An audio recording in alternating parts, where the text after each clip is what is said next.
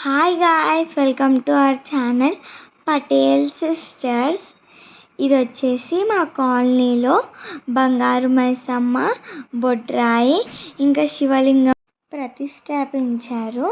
ఇది మే 31 ఈవినింగ్ మా ఇంటి దగ్గర ఉన్న మాంకాలమ్మ టెంపుల్ దగ్గర నుంచి అమ్మవారిని ఎదుర్కొని వచ్చాము దీపాలతోని. 7:30కి స్టార్ట్ అయితే నైట్ 12 o'clock అయింది. మేము మా ఇంటి దగ్గర ఉన్న టెంపుల్కి వచ్చేసరికి ఇంకా డీజేలు డ్యాన్స్తో అమ్మవారిని గుడి దగ్గరికి చాలా బాగా తీసుకొచ్చారు. పూజలన్నీ మే 31 రోజు స్టార్ట్ అయితే జూన్ 6 వరకు జరుగుతూనే ఉన్నాయి ఒక్కొక్కటిగా. ఇది అమ్మవారి రథము. దీంట్లోనే అమ్మవారిని గుడి దగ్గర దాకైతే తీసుకొచ్చారు.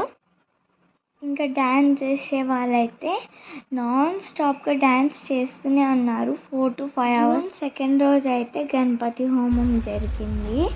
దాని తర్వాత జూన్ 3rd రోజు అయితే సుదర్శన హోమం జరిగింది. ఈ వీటికి మా మమ్మీ డాడీ అటెండ్ కాలేకపోయారు, కానీ నేను మా చెల్లి అయితే అన్నిటికీ అటెండ్ అయ్యాము.